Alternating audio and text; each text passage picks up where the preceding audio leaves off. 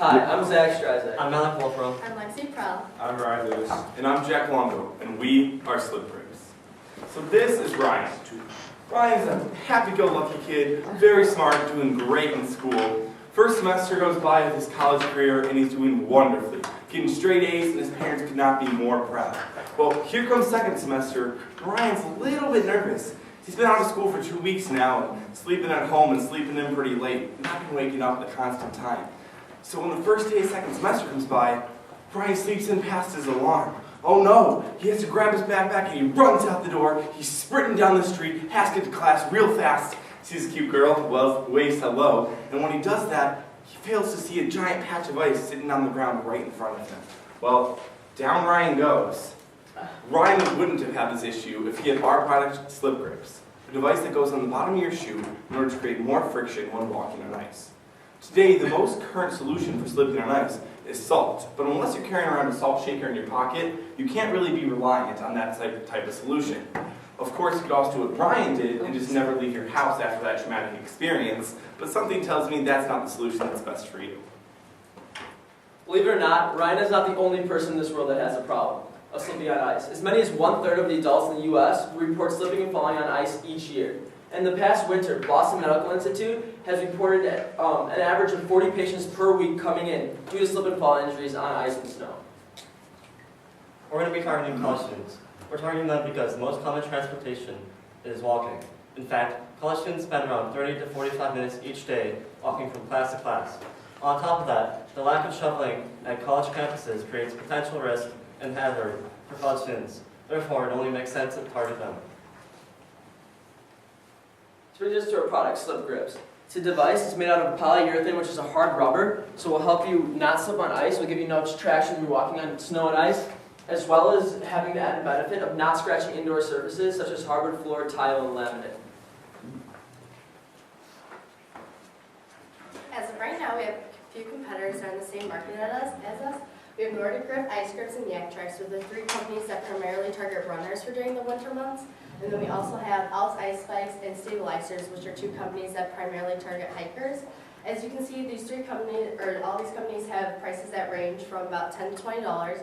We're going to get in costs later, but ours is going to be $8.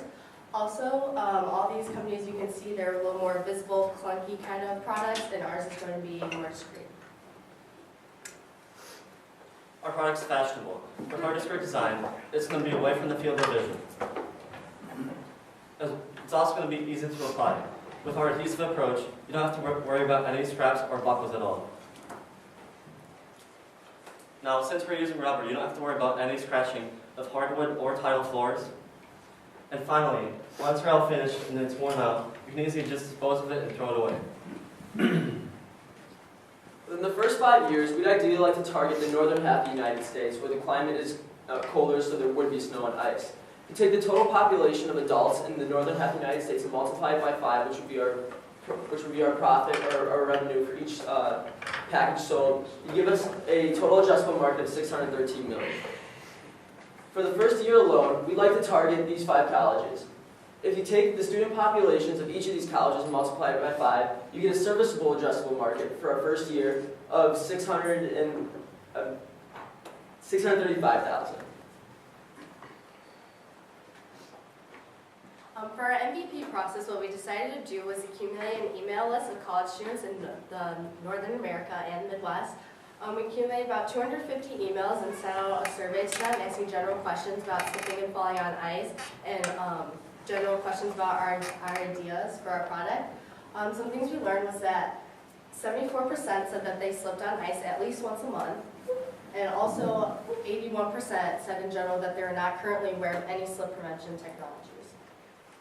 We also learned that one of our first ideas was that we wanted to maybe incorporate a college logo onto our product because we thought that might be more appealing to the college students, but what we learned was that they actually didn't like that idea as much and rather preferred to be more discreet.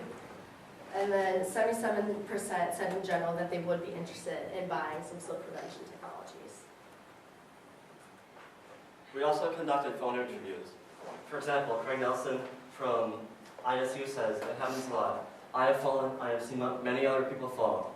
Also, Ashley McNeilon says, From Northwestern says students spend about 30 to 40 minutes each day walking outside, even during the winter. So in addition to our survey, we also was called a Zappos Model MVP. And the purpose of this was to discover some interest in the product as well as finding potential customers and testing the market. So what we basically did is we made two different websites. One website with our product and then another website with all of our competitors' products as well as our product. The purpose of this was to see of our customers who was more interested in our product over our competitors. Though I will say this process didn't go necessarily how we planned it to. We did get some hits on our website, but not nearly as many as we were originally expecting. If we were to do this process again, we would spend more time trying to get more traffic through that site. For paid marketing, we're going to hire school ambassadors to help promote our product, as well as having in-store display so that we can increase sales in our product, as well as having paid Facebook ad campaign because most college students use Facebook. We're also going to have Twitter, Facebook, and Instagram pages, and we're also going to use our email list that we collected from our website. Overall, this is a $0 CPA, as well as a 100% return on investment. Now, once we acquire the customers, we're really trying to focus on retaining our customers. So we're basing our model off of planned obsolescence. Each package of slip grips will come with 3 sets, each set lasting about 1 to 2 days during the winter season. And on average, the package will last a person about a week. Now, once the slip grips run out, once they wear off, you can simply pull them off, put a new set on, and then in order to go buy new ones, we will offer a coupon inside of each package off, allowing them to get a discount on their next purchase. So in year 1, in our test market of the 5 schools that Zach mentioned earlier, which accumulates about 127,000 students, our goal is to reach approximately 7.5% of that students. And then if not, we are hoping that some of the customers that do buy it will then come back and buy more as they need them. That'll bring us to about $47,000 in sales, which will eventually, after costs and estimated taxes, will make us about $13,000 in year 1. For the next 4 years, our plan is to go in 20 schools in year 2, and then from there, hopefully double the schools that we get into each year, and maintain that same retention rate as we did in year 1. So as for our costs, we talked to some manufacturers, and they said that each set will cost about $1 to make based on our materials of polyurethane and adhesive by a company called Blasic. So each set is going to be $1. We're going to have 3 sets in each package, so it's going to add to a total of about $3. And then we're going to be selling this to the college bookstores for $5, leaving us with a $2 gross profit margin. And then the stores are going to be selling it to the customers for $7.99, giving them a $2.99 profit. One of the biggest steps we also took during our MVP process was we reached out to the ICBA, which is the Independent College Bookstore Association. This company, what they do is they preside over about 300 of the college bookstores in America, and what they primarily do is review products of other companies that want to get their products into the bookstores. They aren't exactly a distributor, but they can recommend the products to help get them into the bookstores. So me, Zach, and Ryan went and met with them in the city and showed them our product and discussed some future plans. Obviously, they cannot buy anything since we have nothing legitimized, but they gave us a lot of positive feedback, and they said ultimately that if we were able to get our product into about 4 to 5 stores and start seeing sales, that we could then come back to them and they could help us expand from 4 to 5 stores to 50 to 100 stores, depending. So today I know this is different than what our pre-pitch document that we originally submitted, and that's because of the recent information we found from manufacturers, but we are asking for $45,000 in exchange for 15% of our company. That $45,000 will be mainly used on the development of our product, which we've approximated from the manufacturer as about $20,000. The rest of it will be used for $6,000 for marketing, $7,500 for startup inventory, which will give us 2,500 units, and then also a liquidity cushion in case, as for some error in case we're wrong. So, in conclusion, the cycle of our business will go, someone will go and they'll slip on ice, then they'll decide to buy slip grips, they'll use slip grips until their slip grips run out, then they'll slip on ice again and buy our product again. So please join us in stopping the slip.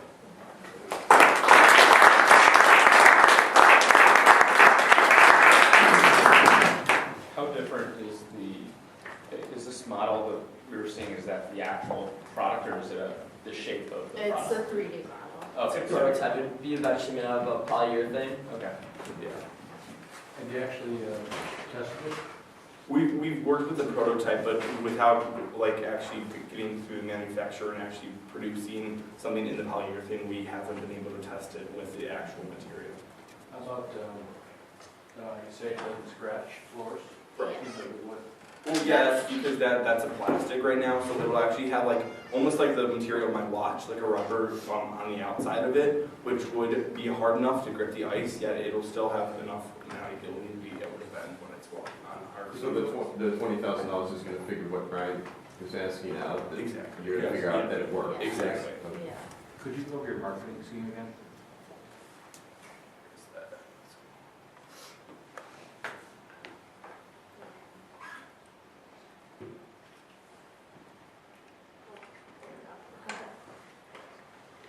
So ideally, one of the things we really want to do is most of it, we want to hire student ambassadors in the school.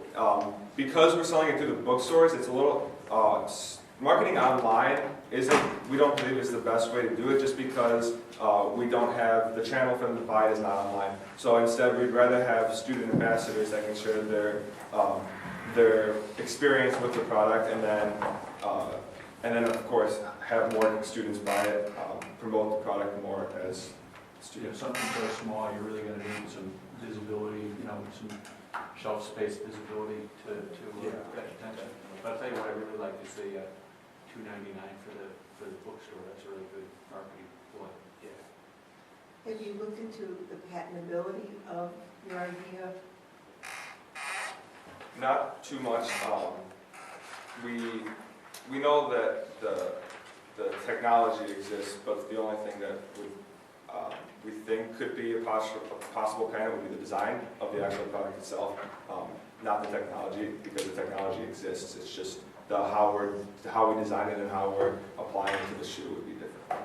The nice thing about our product is we're the only one out there that's like all about the quick kind of use. All the other ones are these big clunky materials that you are reusing over a month-long process. Opposed to ours, it's almost kind of like hand warmers. You use them for a day or two. You put it on like if you're going to walk around the city with your friends or whatnot, or it's super icy out and you have to get to class in a hurry. It's that kind of easy to use. Just pull it out of your pocket, stick it on, opposed to this shine clunky thing. And because of that, it's a lot different than our other products, especially because of the adhesive. So I feel pretty confident they'll be able to get a patent because of the different detail. What other kind of customer segments did you look at, and how did you settle on college students? Well, we originally, as I think you mentioned too during our MVP pitch, was looking into the elderly, and we thought about that too, but there's a lot of problems that come into that, more like bending over and putting it on, and what we learned, we did interview some elderly people, and what they said primarily is that if it is too icy out, that they just don't go outside then.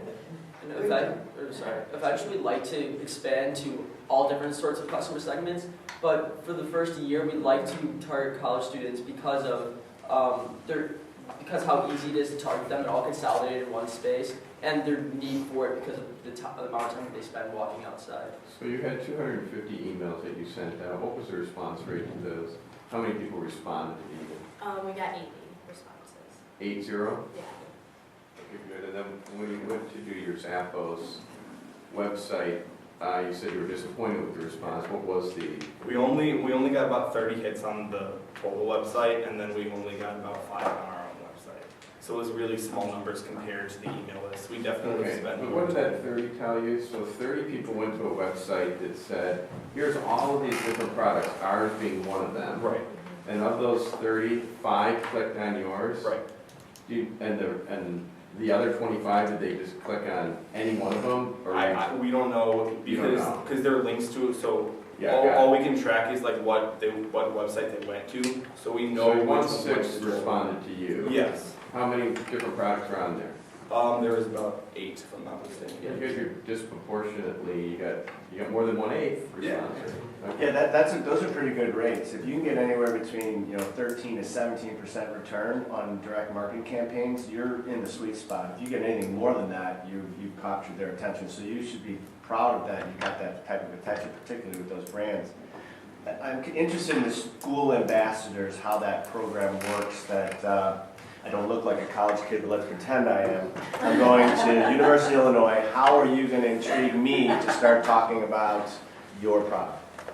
Yeah, it's a great question. So basically, the idea of the student ambassadors is we would approach them. We would start by having them test out the product, giving it to them for a day, saying, "Hey, go use this. Let us know what you think."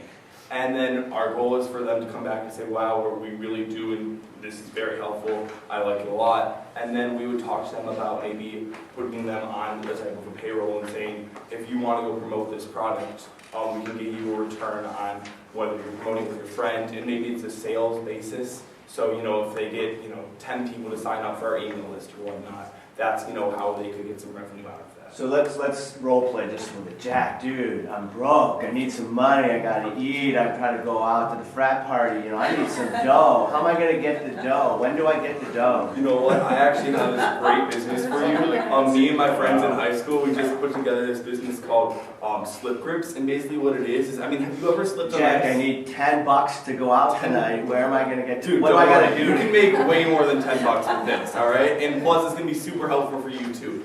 All it is this little package that goes on the bottom of your shoes.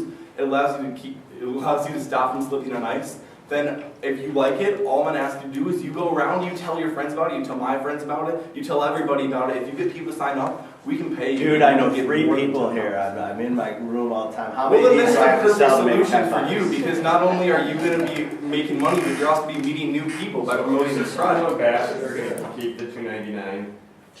Oh, you mean the Are $2.99? they going to get commission? Yeah. Just a good question. Yeah. So and it would be on a customer basis. So depending on how many people they get to sign up, would be how much they would make. Okay, so they're going to sell it just like the school store is going to sell for $2.99. You make $2.99. The school ambassador could potentially make $2.99. Yeah, drive that $2.99. That was great, by the way. I didn't mean to put you in front of heat for all you people. You did great. Well, I did a little bit. The $2.99, that's my hook. Because $2.99, I got to sell one of these things, make $2.99. I only got to sell 4 to get my $10 for the night. So Have you spent any time thinking about product liability? You know what? That's actually a great question. That came up when we first came up with the idea. I'm like, oh no, what happens if this doesn't work? And that's going to be on the package. It's going to say reduces your chance of slip versus stopping your chance of slip. Just to get it right out there. So yeah, sorry. Have you looked at the total cost that a customer has to spend for weekly purchase or bi-weekly purchase over an ice season versus their competitors, which is a one-time purchase? I could buy a clunky strap for $10, but how much do I have to spend in total to buy your pads to last all over? Well, see, yeah, that's something we did look at too. It depends where you live because different areas get different Let's responses. say the 5 schools that you're targeting. I guess it kind of depends too on the person, how much they like it, want to use it. If there's I don't know, how many weeks per winter that are icy, 12, 10, So how many packets would they buy? So that would be, so each packet has 3 pairs, and they say 3 pairs will last, we say about 3 pairs So will last once a about a month. week. So for once a month, for a month, if you wear it every day for a month, then you're looking at $32 for a month. But at the same time, we wouldn't expect everyone to be wearing this every single day, only, when they have to make that long walk or it's really icy outside. Kind of like before I said. By the way, when you sized up your market, you used $5 per person. You assumed no repeat buyers or nobody ever using, you use 3 of them a year is the way you sized up the market. Is that the way we should be thinking about this? One-time purchase. It's a one-time purchase? Not at all, actually. That was our bad. Because the idea is they're going to be getting a coupon in that package in order to make their next purchase even cheaper. So that's like a bare minimum kind of an evaluation. Though the goal would be we have a lot of repeat customers. Ryan, need to interrupt with a couple seconds left. The 45 grand, need help here, what you're spending 45,000 on inventory, that's way high to me. Okay. Help me understand. Okay, so if we spend $7,500 on certain inventory, that would, with our COGS at $3, that would be $2,500. Last question. $2,500, or 2,500 units. So, which would be at the 5 schools, that would be 500 at each school for the winter season of that year. That would be that's where that number came from. Does that make sense? Break it, no. 45,000. Oh, the whole 45,000. Okay, so then the rest of Way it. high, and then your inventory is high anyway. We wouldn't want to put all this inventory in before they purchase it, right? There's ways to sell some and then it's delayed, except we talked about that. So again, But the 45 is a 20,000. big chunk. So 20,000 would be to develop the product, and that's what we got. We got that number from the manufacturer. I mean, we weren't expecting it to be that high, but that's what they told us. We predicted about $5,000 to $6,000 would be, $6,000 would be towards the marketing, which would be student ambassadors, and also just posters on the school and things like that. And then the $7,500 for, again, startup inventory, and then our liquidity cushion was $10,500. So what could you do for half of that? For $20,000, it would be mainly just development of the product. That for half of that, and then like a lot of free marketing. I can't go out without saying this, because I know we were out of questions, but any IRR, return on investment to us, or what your exit Yes, strategy is? so, sorry, yes, I did not specify. Our exit strategy would be to sell our company in year 3, for example, to like a company that, like Nordic Gripz, that have, so like for example, Nordic Gripz has a different types of products that kind of do the same thing. So ours would be company in 3 years, how would we get our money? So it would be 2.5 times money multiple, and then the IRR would be 43.6%. Okay, thank you. Hey there.